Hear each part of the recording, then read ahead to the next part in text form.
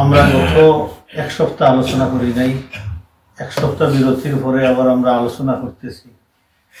আমাদের সাবজেক্ট কি ছিল কার মনে আছে? খায়বারের যুদ্ধ। খায়বারের যুদ্ধের প্রথম ধাপ শেষ হয়েছে। খায়বারের দুইটা এরিয়া ছিল বড় বড়। প্রথম এরিয়ার নাম ছিল নাতত এরিয়া। নাতত এরিয়ার মধ্যে আরো ছোট্ট একটা এরিয়া ছিল শিখ। টোটাল নাতত এরিয়ার ভিতরে কয়টা দুর্গ ছিল? 5টা। এই 5টা দুর্গ নিয়ে আমরা আলোচনা করেছি। 5টা দুর্গর পতন হয়েছে। এই 5টা দুর্গ ছিল, প্রথম দুর্গ ছিল নাঈম দুর্গ, তারপরে সআব দুর্গ, জুবাইর দুর্গ, উবাই দুর্গ, নেজার দুর্গ। এই 5টা দুর্গ আল্লাহ সুবহানাহু ওয়া তাআলা পতন করেছেন। আল্লাহর রাসূলকে আল্লাহ সুবহানাহু ওয়া তাআলা বিজয় দান করেছেন।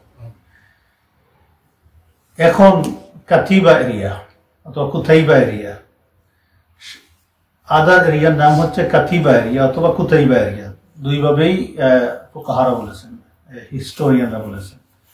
এই কাতিবা এরিয়ার মধ্যে কয়টা ছিল দুর্গ? 3টা। 1 নম্বর কামুস দুর্গ, 2 নম্বর বতিহ দুর্গ, 3 নম্বর সালারিম দুর্গ। এই 3টা দুর্গ আছে সেকেন্ড পার্টে এই কাতিবা এরিয়াতে। নাতত এবং শিখ এরিয়া বিজয় হওয়ার পরে এখানে যে সমস্ত ইয়াহুদি ছিল, আর্মি হোক আর সাধারণ পাবলিক হোক, যারা ছিল তারা এই এরিয়া ছেড়ে তারা কাতিবা এরিয়া সেই দুর্গগুলোতে গিয়ে তারা একটা প্রতিরোধ, শক্ত প্রতিরোধ গড়ে তোলার চেষ্টা করে। রাসূলুল্লাহ সাল্লাল্লাহু আলাইহি ওয়াসাল্লাম এই 5টা দুর্গ শেষে যখন ওদিকে মনোনিবেশ করলেন, কাতিবা এরিয়ার দিকে আল্লাহ রাসূল সাহাবা কেরামদেরকে নিয়ে অগ্রসর হলেন। ফুকাহায়ে কেরামগণ, হিস্টোরিয়ানদের মধ্যে ইখতিলাফ হয়ে গেছে এই বিষয়ে যে রাসূলুল্লাহ সাল্লাল্লাহু আলাইহি সাল্লাম এই 3টা দুর্গ দখল করতে যুদ্ধ করেছেন না যুদ্ধ করেন নাই। এ নিয়ে 2টা মতামত। 1 নম্বর হচ্ছে ইবনে ইসহাক রাহিমাহুল্লাহ বলতেছেন যে যুদ্ধ হয়েছে একটা দুর্গের বিরুদ্ধে, সেটা ছিল কামুস দুর্গ। কামুস দুর্গের বিরুদ্ধে যুদ্ধ হয়েছে, বাকি 2টার বিরুদ্ধে যুদ্ধ হয়নি।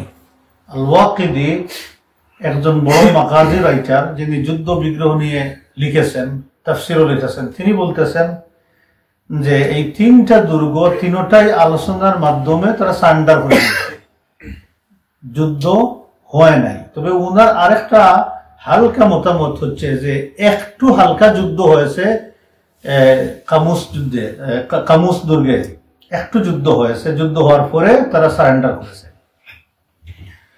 রাসূলুল্লাহ সাল্লাল্লাহু আলাইহি সাল্লাম যখন কাতিবা এরিয়াতে সাহাবা কেরামদেরকে নিয়ে, আওয়ামীদেরকে মার্চ করে নিয়ে চলে আসলেন, ফারাদা আলাল কামুস আশাদ্দাল হিসার, আল্লাহর রাসূল এই কামুস দুর্গের উপরে সর্বপ্রথম সিজ লেট করলেন এবং আশাদ্দাল হিসার, এমন শক্ত ভয়াবহ সিজ আর কোন দুর্গের বিরুদ্ধে আল্লাহ রাসূল এইভাবে করেন নাই। ওয়াদামাল হিসার 14 ইয়াওমান, কন্টিনিউ এই যে সিজ, সেটা 14 দিন আল্লাহ রাসূল রাখলেন এইভাবে। তাদেরকে সেখান থেকে বের হওয়ার সুযোগ দিচ্ছিলেন না এবং তাদেরও ভিতর থেকে ইয়াহুদিদের এমন কোনো সাহস ছিল না, শক্তিও ছিল না যে বের হয়ে আল্লাহ রাসূলের বিরুদ্ধে, সাহাবা ইকরামদের বিরুদ্ধে তারা যুদ্ধ করবে। এই সাহসও তাদের হচ্ছিল না। এই অবস্থায় 14 দিন গেল।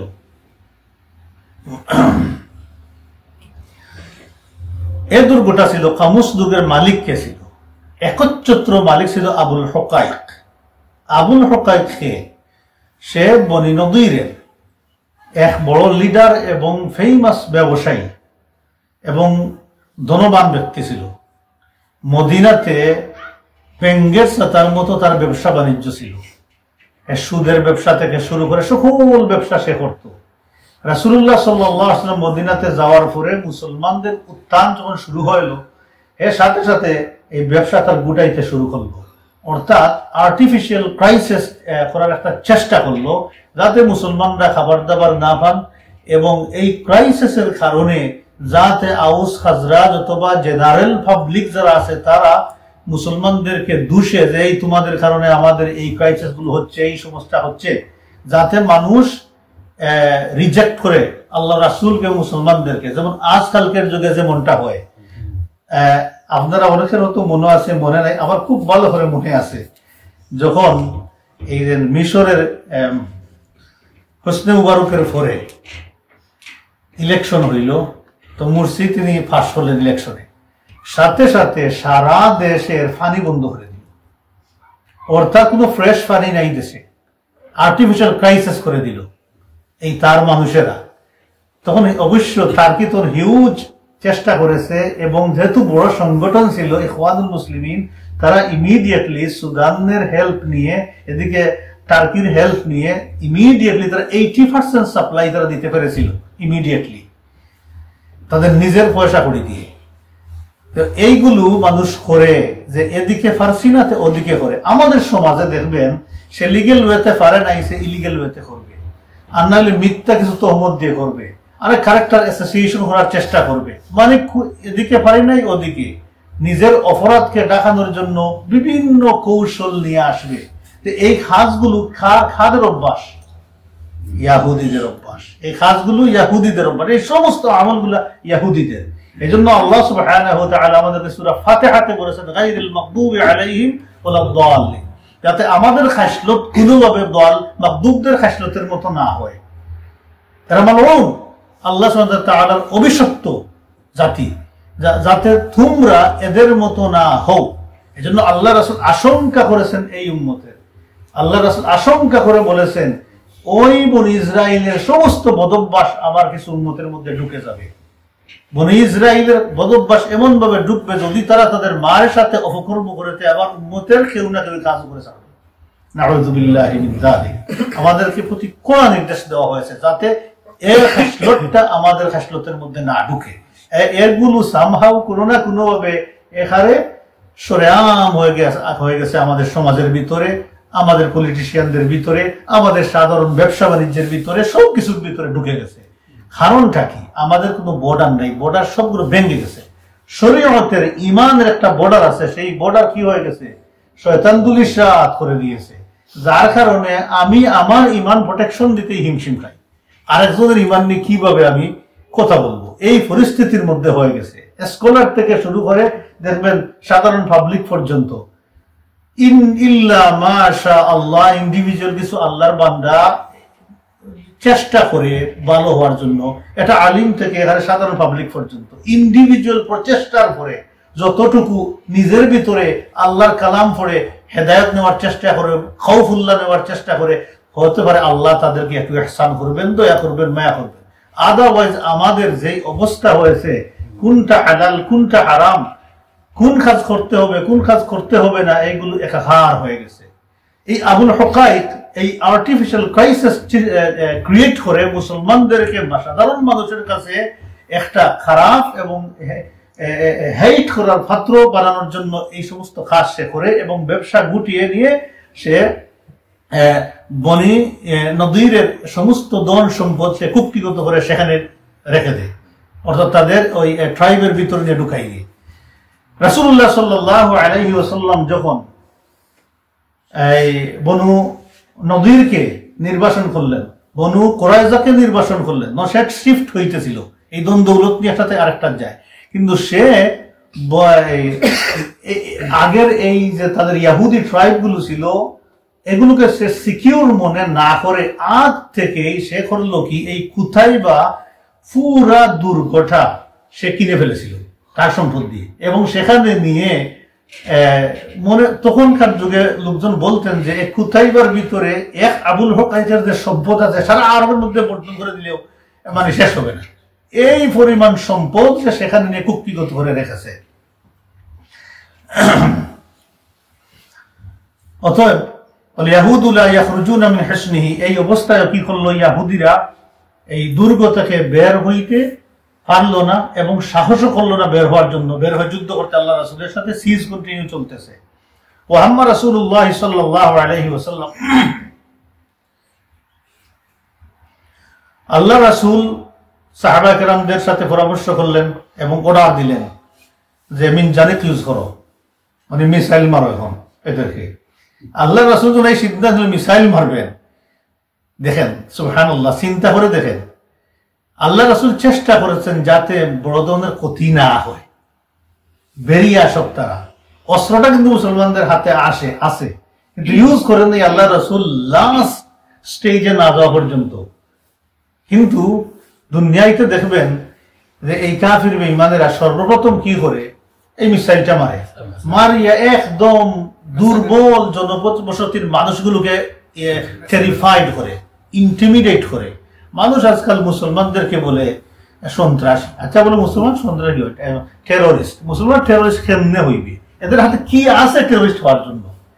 একটা বম দিয়ে যে টেরোরাইজ করা যায়, একটা প্লেন দিয়ে যে টেরোরাইজ করা যায় মানুষদেরকে, এই ধরনের ওয়েপন কি মুসলমানদের আছে? নাই। তাহলে কেন বলবে? এইগুলো দিয়েই তো তারা টেরিফাইড করছে। হিরোশিমা নাগাসাকিতে বোমা ফেলে সারা পৃথিবীকে টেরোরাইজ করে দিচ্ছে। এটা ছিল তাদের নিউক্লিয়ার এক্সপ্লোশন করে একটা টেস্ট করে দেওয়া এবং দুনিয়াবাসীকে মেসেজ দেওয়া, we can do what ever we want, অতএব তোমরা সাবধান হয়ে যাও। মানে এগুলো তো ইনহিউম্যান ওয়ার্ক। আজ পর্যন্ত সেখানে একটা পশু জন্মইলে নষ্ট হয়ে জন্ম হয়, কি মানুষ সাফার করতেছে। এই ধরনের ওয়েপন গুলো যারা বানায় তারা আসলেই মানুষের খাতার থেকে সরে যায়। আর এগুলো কিসের জন্য বানাইছে? আর একটা জানকে ধ্বংস করার জন্য, তার স্বার্থের জন্য। আর একটা জানকে সে ধ্বংস করবে, সেই জান কি সে দিতে পারবে? অতএব এই সমস্ত দিয়ে যারা মানুষদেরকে ভয় দেখায় আর উল্টা দুষ্টা নিয়ে সাধারণ পাবলিকগুলো চাপিয়ে দেয়। এই প্যালেস্টাইনের মুসলমান নিরপরাধ কিছুই নাই, বাচ্চাদেরকে শুধু মারতেছে। দেখে তাদের টার্গেটই হচ্ছে জেনারেশন উঠক না, বন্ধ হয়ে যায়, মারতেছে। তো এটা হচ্ছে কি তাদের টার্গেট। তো রাসূলুল্লাহ সাল্লাল্লাহু আলাইহি ওয়াসাল্লাম দেখেন, ইসলামের আদর্শ দেখেন। আল্লাহ রাসূল বলছেন এদেরকে বলে দাও ওরা মারবো, হাম্মা মানে এখনো মারেন নাই, বলে দাও ওরা মিসাইল মারবো যদি তোমরা নামিয়ে না আসো। আল্লাহ রাসূল থ্রেট দেওয়ার পরে তারা দেখলো কোনো উপায় নাই। আবুল হকাক আল্লাহ রাসূলের কাছে একটা পয়গাম পাঠালো যে আমি কি আপনার সাথে কথা বলতে পারি? তো আল্লাহ রাসূল বললেন আসো, কথা বলো, কোনো অসুবিধা নাই। আবুল হকাক আল্লাহ রাসূলের কাছে এসে সে 3টা প্রস্তাব প্রেজেন্ট করলো, 2টা তার জন্য, একটা আল্লাহ রাসূলের জন্য। 2টা তার জন্য। 1 নম্বর হচ্ছে দুর্গতে যে সকল আর্মি আছেন সেই আর্মিদেরকে নিরাপত্তা দিবেন, হত্যা করবেন না, একটা। 2 নম্বর তাদের স্ত্রী, সন্তান, সন্ততি এদেরকে যেন মুসলমানদের দাসী বানানো না হয়, এদেরকে যেন প্রোটেকশন দেওয়া হয়, অর্থাৎ তাদের কাছে তাদের সন্তান, সন্ততি, পরিবারকে যেন দেওয়া হয়। মুসলমানদের জন্য সে যেটা প্রস্তাব করলো সেটি ছিল এই, আল্লাহ রাসূলের জন্য তারা পুরা এরিয়া কামুস দুর্গটা তারা খালি করে দিবে, ছেড়ে দিবে। এখানে তাদের যে সমস্ত অর্থ সম্পদ, সোনারূপা, জায়গা জমি, বাড়িঘর, গুড়া, বর্ম, অস্ত্রশস্ত্র যা আছে সকল কিছু আল্লাহ রাসূলের কাছে সে সমর্পণ করে দিবে। এছাড়া তার উপায় ছিল না। সে বুঝতে হবে যে সে পরাজিত হয়ে ডায়লগ করতে আসছে, বিজয়ী হয়ে নয়। রাসূল বিজয়ী, এখন তাকে ঠিক মতোই কথা বলতে হবে এবং যা ডিমান্ড করছে এটাই অনেক বেশি ডিমান্ড হয়ে গেছে। সে বলল যে এতটুকু আমরা কি নিতে পারি? পরে সে বলল ইল্লা সাউবান আলা যাহরি ইনসান, একজন ইনসানকে খাবার দিতে যতটুকু খাবার দরকার অতটুকু। আল্লাহ রাসূল তো রাহমাতুল্লাহ আলাইহি বলবেন নাকি যাও তোমরা উলঙ্গ সব বের হয়ে যাও, বলবেন নাকি? তো আল্লাহ রাসূল বলেন নাই। আল্লাহ রাসূল বললেন ঠিক আছে, কোনো অসুবিধা নাই, তোমরা পারবা। আবু দাউদ শরীফের একটা হাদিস আছে এ ব্যাপারে যে আল্লাহ রাসূল এই সুযোগও তাদেরকে দিয়েছিলেন যে একটা সওয়ারির উপরে যেই পরিমাণ সম্পদ নেওয়া যায় সেটুকু নিয়ে তোমরা যাও। সুবহানাল্লাহি ওয়া বিহামদিহি। আল্লাহ রাসূলের মহান দয়া, মায়া, রাহমাতুল লিল আলামিন, আল্লাহ রাসূল এই সুযোগ তাদেরকে দিয়েছিলেন। হাউএভার রাসূলুল্লাহ সাল্লাল্লাহু আলাইহি ওয়াসাল্লাম সম্মত হয়ে চুক্তি হয়ে গেল, আল্লাহ রাসূল সই করলেন। আল্লাহ রাসূল সই করার সময় এই কথা অ্যাড করে দিলেন, তাকে বলে দিলেন যে বারিআত মিনকুম জিম্মাতুল্লাহি ওয়া জিম্মাতু রাসূলিহি ইন কাতামতুমুনি শাইআন, যদি তোমরা সামান্য কিছু গোপন রাখো, দন দৌলত থেকে গোপন করে ফেলো, তাহলে আল্লাহ আল্লাহর রাসূল এ থেকে টোটালি মুক্ত বাড়ি। অর্থাৎ যদি তোমরা কিছু গোপন করো তাহলে এই চুক্তি নাল এন্ড ভয়েড, তখন আল্লাহ আল্লাহর রাসূলের বিধানই তোমাদের উপরে এস্টাবলিশ হবে, প্রতিষ্ঠিত হবে। এই বলে কি হয়ে গেল, চুক্তি স্বাক্ষরিত হয়ে গেল। এই চুক্তি স্বাক্ষরিত হওয়ার পরে তারা মুসলমানদের কাছে পুরা কামুস দুর্গটা ছেড়ে দিল। এইভাবেই আল্লাহ সুবহানাহু ওয়া তাআলা কামুস দুর্গের উপরে মুসলমানদের বিজয় দান করলেন। হ্যাঁ, এবং কামুস দুর্গ খালি করে মুসলমানদের হাতে তারা দিয়ে নিঃস্ব হয়ে সেখান থেকে বের হয়ে গেল। হিউমিলিয়েশন, আল্লাহ সুবহানাহু ওয়া তাআলা তাদেরকে এইভাবে হিউমিলিয়েট করে দিলেন। আল্লাহ সুবহানাহু ওয়া তাআলা মুসলমানদের উপরে বিজয় দান করলেন। এখন আবুল হুকাইকের দুই ছেলে, বড় ছেলে হচ্ছে কিনানা। আবুল হুকাইকের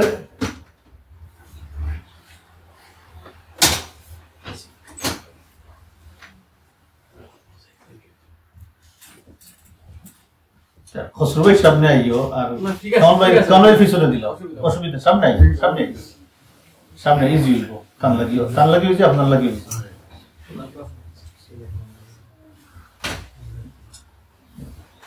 জাযাকুমুল্লাহ।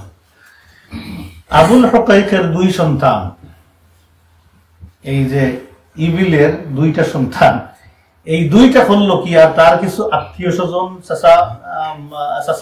চাচাদের ছেলে, ভাই, এগুলো নিয়ে তারা কি করলো, অনেক সম্পদ গোপন করলো, লুকাই ফেললো। লুকালো কিছু চামড়ার থলে বানিয়ে সেই চামড়ার থলের মধ্যে ঢুকিয়ে তারা মাটির নিচে পুঁতে রাখলো। বিরাট সম্পদ, অলঙ্কারাদি, সোনা রূপা, এই জাতীয় দামি দামি জিনিস সেখানে লুকিয়ে দিল। আবার দেখেন হুয়াই ইবনে আখতাব, সে বনি নদীরের বড় লিডার ছিল, আমরা আগে আলোচনা করেছি। হুয়াই ইবনে আখতাব, তার মেয়ে হচ্ছেন সফিয়া, পরবর্তীতে আল্লাহ রাসূলের স্ত্রী হয়েছেন, আমরা আলোচনা করবো ইনশাআল্লাহ। সফিয়া রাদিয়াল্লাহু আনহা, এই সফিয়াকে হুয়াই ইবনে আখতাব বিয়ে দিয়েছে আবারও কিনানার কাছে, এই আবুল হুকাইকের ছেলে কিনানার কাছে বিয়ে দিয়েছে। জাস্ট নববধূ, নতুন বিয়ে হয়েছে। অতএব এক লিডারের ছেলে বিয়ে করেছে আরেক লিডারের মেয়ে, বিবাহ করেছে, এবং বিয়ের সময় হুয়াই ইবনে আখতাব হিউজ অলঙ্কারাদি দিয়েছে, প্রদর্শন করার উদ্দেশ্যে হিউজ দিয়েছে। কয়েক গুড়া সেগুলো বহন করে নিয়ে গেছে, কয়েকটা গুড়া বহন করে নিয়ে গেছে, এই শুধু অলঙ্কারাদি, সেইগুলো তারা গোপন করে আছে, লুকাই ফেলছে। ইবনে ইসহাক বলতেছেন রাসূলুল্লাহ সাল্লাল্লাহু আলাইহি সাল্লাম কিনানাকে ডাকলেন, আসো, এবং তাকে বললেন, আমার কাছে সংবাদ আছে, তোমার কাছে সম্পদ আছে, এই সম্পদটা কোথায় রাখছো একটু বলো।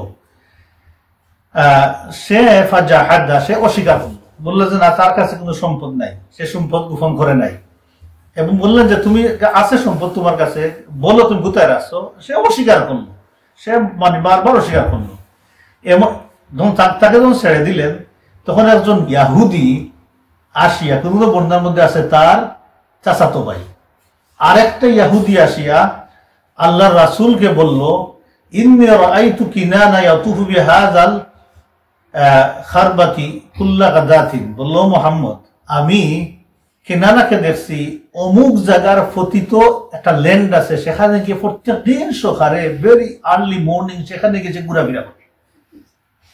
আপনি জায়গাটা খোঁজাখুঁজি করতে পারেন, খুঁজাইতে পারেন। সুবহানাল্লাহ ওয়া বিহামদিহি, এই তারই একজন বলে দিল আল্লাহর রাসূলকে। রাসূলুল্লাহ সাল্লাল্লাহু আলাইহি ওয়াসাল্লাম তাকে বললেন, দেখো, আরাআইতা ইন ওয়াজাদনা ইনদাহু, যদি তোমার কাছে আমরা এই সম্পদ পাই, তাহলে আকতুলুক, তোমাকে হত্যা করতে পারবো, অর্থাৎ তোমাকে হত্যা করা হবে, তোমার মতামত কি বলো। সে বলল, না সরি, যদি পাও, কোনো সম্পদ আমি গোপন করি নাই, যদি পাওয়া যায় তাহলে হত্যা করি, কোনো অসুবিধা নেই। আল্লাহ রাসূল সাহাবায়ে কেরামদের বললেন যে সেখানে যাও, কিছু খোঁজাখুঁজি করো, জায়গাটা কুড়াকুড়ি করো, দেখো সেখানে কিছু পাওয়া যায় কিনা। আল্লাহ রাসূলের অর্ডারে সাহাবায়ে কেরামগণ সেখানে গেলেন, এবং গিয়ে সেখানে মাটির নিচে দেখলেন সারা ফান নাই, মোটামুটি অলমোস্ট হাফ অর্নামেন্টস এবং সোনা রূপা সেখানে মাটির নিচে পাইলেন। সেগুলো নিয়ে আল্লাহ রাসূলের কাছে চলে আসলেন। তাকে আবার ধরে জিজ্ঞাসা করলেন, বাকি কোনগুলো কোথায় রাখছো বলো। সে অস্বীকার করে, কোনো বেশে স্বীকার করে না। সে আগেই তো স্বীকার করে না, এখন ওর কেমনে সে অস্বীকার করতেছে। তো রাসূলুল্লাহ সাল্লাল্লাহু আলাইহি সাল্লাম জুবাইর ইবনুল আওয়াম রাদিয়াল্লাহু আনহু হাতে দিলেন যে যাও তাকে নিয়ে ইন্টারোগেশন করো এবং ফিটাও ভালো করে। জুবাইর রাদিয়াল্লাহু আনহু খুব ভালো করে ফিটাইলেন, যা মানে করা যায় আর উনি কি দিয়েছেন উত্তম মধ্যম। তিনি বলছেন বল কোথায় রাখছো, না বলে না। যখন মারা যাওয়ার মতো অবস্থা এমন ফিটাইছেন, তখন আল্লাহ রাসূল বলছেন বলে নাই, না বলে নাই, তাহলে কি করো। রাসূলুল্লাহ সাল্লাল্লাহু আলাইহি সাল্লাম তাকে মুহাম্মদ বিন মাসলামা রাদিয়াল্লাহু আনহুর হাতে দিলেন, দিয়ে বললেন যাও তুমি যা করো তাই করো। মুহাম্মদ বিন মাসলামা রাদিয়াল্লাহু আনহু নিয়ে ফাদারাবা উনুকাহু, গলাটা কেটে দিলেন, শেষ যা। তিনি কাটলেন কি জন্য তাকে দিলেন আল্লাহ রাসূল, বলে সেই সর্বপ্রথম মাহমুদ বিন মাসলামা, মুহাম্মদ বিন মাসলামার ভাই। আমরা ওই যে নাঈম দুর্গের আলোচনার আগেই আমরা বলেছিলাম যে সর্বপ্রথম যিনি শহীদ হয়েছিলেন এই অভিযানে তিনি হচ্ছেন মাহমুদ বিন মাসলামা রাদিয়াল্লাহু আনহু। তিনি ওই নাঈম দুর্গের ছায়া পড়ছে, সেই ছায়ার মধ্যে তিনি বসে একটু আরাম করছিলেন। এমন সময় এই কিনানা, এটাকে বলে যে গম ফিসার জাতা, মানে আমার বলে যে ফাটা, হিলের উপরে ফাটা হিলটা ছুঁড়ে মেরে তাকে হত্যা করেছে, মানে সাহাবীকে শহীদ করে দিয়েছে। এই কিনানা ওর প্রতিশোধ হিসাবে আল্লাহর রাসূল মুহাম্মদ বিন মাসলামার হাতে দিয়েছেন, যাও। উনি নিয়ে কি করলেন, কল্লাটা উড়াই দিলেন। আল্লাহর রাসূলের জায়গা মতোই জাস্টিস করে যাইতেন, ওকে শেষ করে দেওয়া হলো। ইবনুল কাইয়্যিম রাহিমাহুল্লাহ বলতেছেন, আল্লাহর রাসূল আবুল হুকাইকের দুই সন্তানকেই হত্যা করলেন, তার সাথে আরো কিছু সঙ্গপাঙ্গ ছিল এই অপকর্মের মধ্যে, এই সম্পদ লুকানোর কাজে জড়িত। এদেরকে নিয়েও আল্লাহ রাসূল ওরার বিলেদেরকে হত্যা করো। তারা স্বীকার করছিল না, কিন্তু দন দৌলত তারা আগেই লুকে ফেলছে। তাদের ইচ্ছা ছিল আমরা তো মরি যাই, এখন স্বীকার করলে মরবে তারা জানে, তাহলে আমরা মরি যাই, দন মোহাম্মদ না পাক। এটাই ছিল তাদের কামনা বাসনা। এই জন্য আল্লাহ রাসূল বললেন শেষ করে দাও। আর এরা যে সম্পদ লুকাইছে তাদের মধ্যেই একজন ছিলেন সাক্ষী। তিনি তাদের মুখের সামনে দাঁড়িয়ে বলছেন, এই তোমরা লুকাইছো, বলো না কেন। কিন্তু তারা স্বীকার না করে নাই, সাক্ষী আছে। আবার তারা বলে তুমি মিথ্যা বলছো, তাকে বলে নাই। আল্লাহ রাসূলের সামনে যে ও মিথ্যা বলছে সেটা বলে নাই, বলে তোমরা বলো না কেন। মারা গেছে কিন্তু সম্পদ দেয় নাই। রাসূলুল্লাহ সাল্লাল্লাহু আলাইহি ওয়াসাল্লাম সফিয়া রাদিয়াল্লাহু আনহা, যিনি পরবর্তীতে আল্লাহ রাসূলের সঙ্গিনী হয়েছেন, যে সফিয়া বিনতে হুবাই ইবনে আখতাব, কিনানার স্ত্রী, নববধূ ছিলেন, বন্দী করলেন। মুসলমানদের হাতে বন্দী হয়েছিলেন, তার মধ্যে তিনিও ছিলেন একজন। তাহলে কি হলো, এখন এই কামুস দুর্গ টোটালি শেষ হয়ে গেল। কুতাইবা এরিয়ার কামুস দুর্গ শেষ হওয়ার পরে তাহলে দুইটা আল-বতিহ, সালালিম, দুইটা দুর্গ। এই দুইটা দুর্গ আর তারা নিজেদেরকে ডিফেন্স করতে আসে নাই, তারা আগ থেকেই চলে আসলো আল্লাহ রাসূলের সাথে আলোচনার মাধ্যমে নিজেদেরকে সুপর্দ করে দিবে আল্লাহ রাসূলের কাছে। এই উদ্দেশ্যে তারা বেরিয়ে আসলো। কিন্তু সিমিলার মেথড অ্যাপ্লাই করলো, যেই কন্ডিশন গুলো এই কামুস দুর্গের এই আবুল হুকাইক দিয়েছিল, এগুলো তারাও দিল। কিন্তু তারা যুদ্ধ করে নাই, প্রতিরোধ গড়ে তুলে নাই, তারা আগে বেরিয়ে আসছে। সব শেষ হয়ে গেছে, এখানে আর দাঁড়ানো কি দরকার আছে, কিছুই তো করতে পারবে না। আল্লাহ রাসূল তাদের প্রস্তাব গ্রহণ করলেন, ভালো ব্যবহার করলে আল্লাহ রাসূল তার সাথে ভালো ব্যবহার করতেন, তাদের এগুলো মেনে নিলেন। তারা দেখলো মোহাম্মদ যখন মেনে নিয়েছেন, তারা বললো মোহাম্মদ তাহলে আমরা থাকি না কেন আমাদের বাড়ি ঘরে, এগুলো তো আপনাদের সব হয়ে গেছে, আমরা রাইতের মতো থাকুন, আমরা থাকি এখানে। থাকার মধ্যে ফায়দাটা কি দেখেন, তারা বললো ও মোহাম্মদ সাল্লাল্লাহু আলাইহি ওয়াসাল্লাম, যে আরদু নুসলিহুহা, এই যে হিউজ ক্ষেত খামারের এরিয়া, এই ক্ষেতের ব্যাপারে তো আমাদের দক্ষতা, অভিজ্ঞতা, যোগ্যতা সবই আমাদের আছে বেশি, আপনাদের লোকজন করতে পারবে না, এই ফসলও সেখান থেকে উৎপন্ন করতে পারবে না। আমরা এখানে ক্ষেত খামার করি থাকি, আর ফসলের অর্ধেক আপনি নিয়ে যান, আর সকল কিছু আপনাদের। বাড়ি ঘর থেকে শুরু করে সব আপনাদের, আমরা এখানে তাকে ক্ষেত খামার করি, আর ফসলের অর্ধেক বছরে আপনারা নিয়ে যান। একটু চালাক, একটা ভালো প্রস্তাব দিছে। তো রাসূলুল্লাহ সাল্লাল্লাহু আলাইহি ওয়াসাল্লাম প্রস্তাবটা মানলেন, তাকে অ্যাকসেপ্ট করলেন উইথ কন্ডিশন। আল্লাহ কিছু কন্ডিশন দিলেন। আল্লাহ রাসূল চিন্তা করলেন, তা ঠিকই, আমাদের তো কাজ নাই ক্ষেত খামারের পিছনে টাকা, ওরা ক্ষেত করুক। সাহাবা একরামদের এমন কোনো সময় ছিল না যে আসলে জমিনে গিয়ে সময় দিবেন। যেন আবু দাউদের একটা হাদিস আছে যে এই উম্মতের ভয়াবহ বিপদ হচ্ছে এইটা, যে তারা আযজারঈ ক্ষেতের মধ্যে পড়ে থাকবে, ইনফ্রাস্ট্রাকচারের মধ্যে, অর্থাৎ মানে কেমনে প্রোডাকশনের মধ্যে, প্রোডাকশনের মধ্যে পড়ে থাকবে, ও আযনাব আল বাকারা, আর গরুর লেজ ধরে থাকবে, মানে কি সম্পদের পিছনে ঘুরতে থাকবে। এইটাই হবে এই উম্মতের সবচেয়ে পতনের কারণ। আর তাদের কারাহিয়ত হবে যুদ্ধ জিহাদের ব্যাপারে, আল্লাহর সাথে জিহাদের কারাহিয়ত হয়ে যাবে। আর কি হবে, যে তাদের অন্তরের ভিতরে মাহাবা, দুনিয়ায় লোভ লালসা, মৌতের প্রতি কারাহিয়ত এগুলো ঢুকে যাবে। তো রাসূলুল্লাহ সাল্লাল্লাহু আলাইহি ওয়াসাল্লাম সাহাবাদের সাথে পরামর্শ করে দেখলেন যে এটা কাজ ভালো, তাড়াতাড়ি করুক, এটা আমাদের কাজ এটা না। রাসূলুল্লাহ সাল্লাল্লাহু আলাইহি ওয়াসাল্লাম এতটুকু করলেন যে আব্দুল্লাহ ইবনে রাওয়াহা রাদিয়াল্লাহু আনহুকে ফোরম্যান বানিয়ে দিলেন, যে উনি খবর আন্তন নিবেন, তোরা ক্ষেত করছো কি করছো না, কি পরিমাণ সম্পদ সেখানে প্রোডাকশন করছো।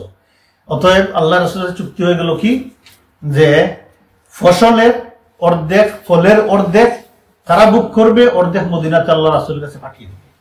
তাহলে কি হয়ে গেল, হিউজ প্রোডাকশন নিজেদের জমিনের বর্গার মতো, আর মনে করো বাকি দেওয়ার মতো হয়ে গেল, যে সেখানে তারা মদিনাতে পৌঁছে দিবে। কন্ডিশন কি, on the top of the condition is that মা বাদালি রাসূলিল্লাহ সাল্লাল্লাহু আলাইহি ওয়াসাল্লাম ইউকিররাহুম, কন্ডিশন থাকবে আল্লাহ রাসূল যখন চাইবেন তখন তোমাদেরকে বলে দিবেন যাও তোমরা চলে যেতে হবে। মানে যাই করো, আল্লাহ রাসূলের ডিসিশন চূড়ান্ত ডিসিশন, তারা সই করলো এটাতে মেনে নিয়ে। তাহলে কি হয়ে গেল, পুরা 5টাই আমার 8টা দুর্গ কি হয়ে গেল, মুসলমানদের হাতে চলে আসলো। দুর্গগুলো সম্পূর্ণরূপে পতন হয়ে গেল। এখন খাস বাকি তাহলে কি, এখানে যে গনিমত পাওয়া গেছে, এই গনিমত গুলো এখন বাগ বাটোরা করা, বন্টন করা। এখন দেখি আমরা এই গনিমত কিভাবে আল্লাহ রাসূল বন্টন করলেন। খায়বারের সমস্ত সম্পদ রাসূলুল্লাহ সাল্লাল্লাহু আলাইহি ওয়াসাল্লাম বন্টন করলেন 36টা অংশ করে। মনে রাখবেন, কয়টা অংশ করলেন? 36টা অংশ। একটা অংশকে আবার 100 ভাগ করলেন। তাহলে টোটাল কত ভাগ হইল?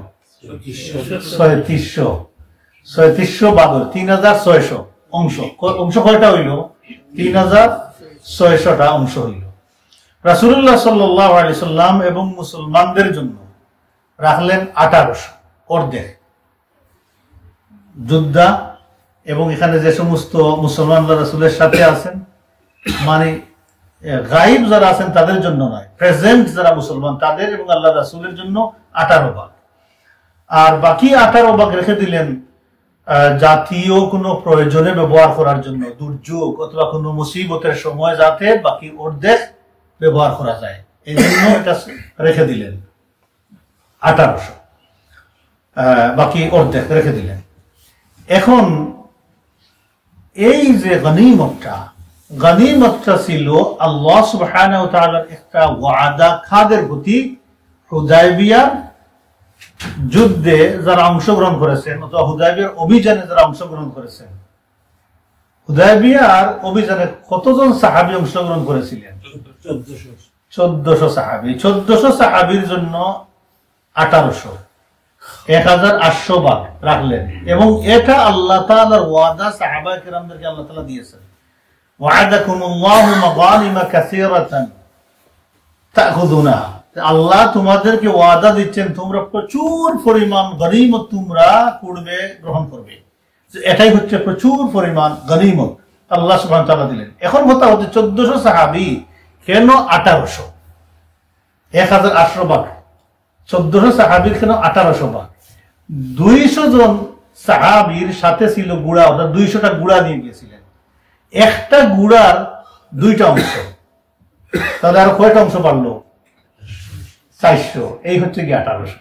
মানে ওই দিন যিনি গুড়া নিয়ে গিয়েছেন তিনি 3টা অংশ, একটা নিজের, 2টা নিজের গুড়া। গুড়া সোয়ারদের ফজিলত বেশি। অতএব এই 1800 ভাগ করলেন এবং ভাগ করে রাসূলুল্লাহ সাল্লাল্লাহু আলাইহি সাল্লাম সাহাবাদের মধ্যে বন্টন করে দিলেন।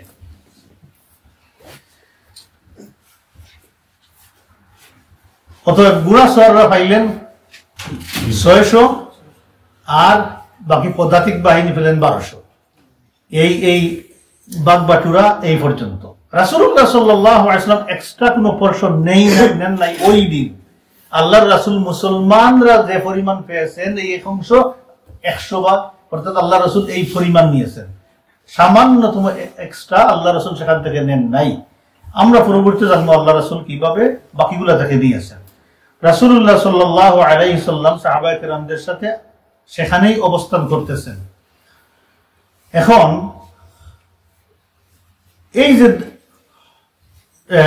অভিযানে কি পরিমাণ গনিমত পেয়েছেন, গনিমত পাওয়ার পরে মুসলমানদের কি অবস্থা হয়েছে আমরা কিছু আলোচনা করি। বুখারী শরীফের হাদিস, ইবনে ওমর রাদিয়াল্লাহু আনহু বলতেছেন, মা শাবি'না হাত্তা ফাতাহনা খায়বার। খায়বার বিজয় হওয়ার আগ পর্যন্ত আমরা কোনো দিন পেট ভরে খাইতে পারি নাই। আল্লাহু আকবার, কি পরিমাণ খাবারের অভাব ছিল এবং এরপরে কি অবস্থা হয়েছে সাহাবার বর্ণনা দেখে বোঝা যায়।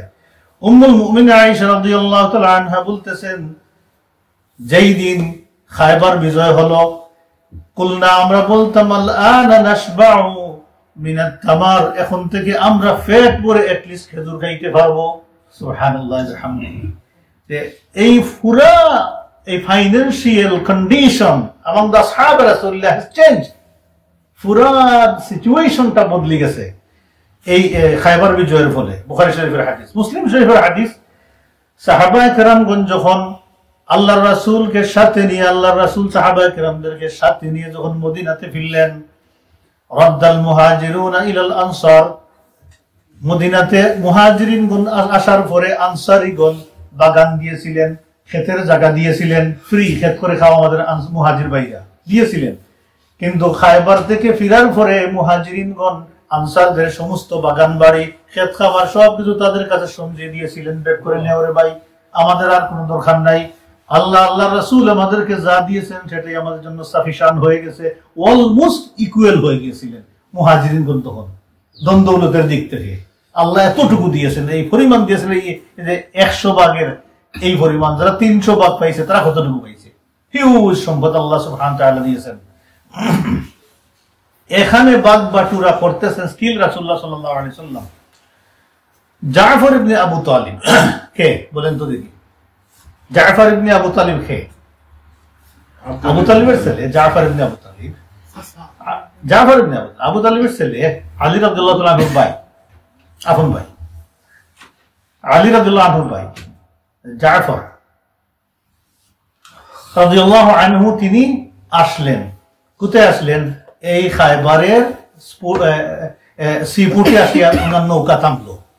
ঘটনা মনে আছে তো আপনাদেরও, আমি কথা বলেছিলাম যে মানে ভুলে যাইতো যে আমর ইবনে উমাইয়া আদ-দামরিকে আল্লাহর রাসূল নাজ্জাশীর কাছে যে লেটার দিয়ে পাঠিয়েছিলেন এবং বলেছিলেন, তুমি আমার সাহাবীদেরকে এখানে পাঠানোর ব্যবস্থা করো। মনে আছে তোমরা আলোচনা করেছিলাম।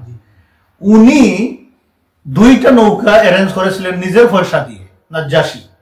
মহিলাদেরকে একটা নৌকাতে আর পুরুষদেরকে আর একটা নৌকাতে। মহিলাদের যেটা ওইটা বলছেন সুজা তুমি নিয়ে যাইবা মদিনার স্পটে, মদিনাতে ঢুকে দিবা।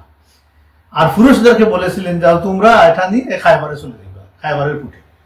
তো এই দিন দেখা গেছে যে জাফর ইবনে আবু তালিব রাদিয়াল্লাহু আনহু আসিয়া সেখানে পৌঁছেছেন। উনার সাথে ছিলেন সর্বপ্রথমে মিট করেছেন আবু মুসা আল আশআরী রাদিয়াল্লাহু আনহু। উনার ঘটনা হচ্ছে, আবু মুসা আল আশআরী রাদিয়াল্লাহু আনহু যখন সংবাদ শুনলেন আল্লাহ রাসূলের আবির্ভাব, ইনি আশআরী সম্প্রদায় থেকে, উনার বাড়ি কোথায়? ইয়েমেনে। ইয়েমেন থেকে উনি রওনা দিয়েছেন, মোর দেন 50 পিপল সাথে নিয়ে আল্লাহ রাসূলের সঙ্গী হওয়ার জন্য রওনা দিয়েছেন। উনি নৌকাতে উঠছেন আর নৌকা রাস্তা হারিয়ে হাবাসার সিপোর্টে নিয়ে আটকাইছে। সেখানে গিয়ে নামছেন, নামার পরে কাকতিলতার সাথে সামহা উনার দেখা হয়ে গেছে জাফর ইবনে আবু তালিব রাদিয়াল্লাহু আনহুর সাথে। সেখানে গিয়ে মত বিনিময় হয়েছে এবং ইনফরমেশন সব জানাজানি হওয়ার পরে তিনি বলছেন, ভাইরা তোমরা এখন চাইও না, আমরা একসাথে সবাই মদিনাতে যাব। জাফর ইবনে আবু তালিব এদেরকে আটকাই দিয়েছেন। তাহলে ওরাও সেখানে কিছুদিন ছিলেন, অল্প দিন সেখানে ছিলেন। কোথায়? আবু মুসা আল-আশআরী রাদিয়াল্লাহু আনহুর সঙ্গী সাথীগণ, ভাই ব্রাদাররা যারা ছিল সবাই সেখানে ছিলেন, একসাথে বসবাস করেছেন। ওই দিন আল্লাহ রাসূল যেদিন বন্টন করতেছেন খায়বারের গনিমত, ওই দিন আসিয়া আবু জাফর ইবনে আবু তালিব, আবু মুসা আল-আশআরী রাদিয়াল্লাহু আনহু সবাই আল্লাহ রাসূলের কাছে হাজির হয়ে গেলেন।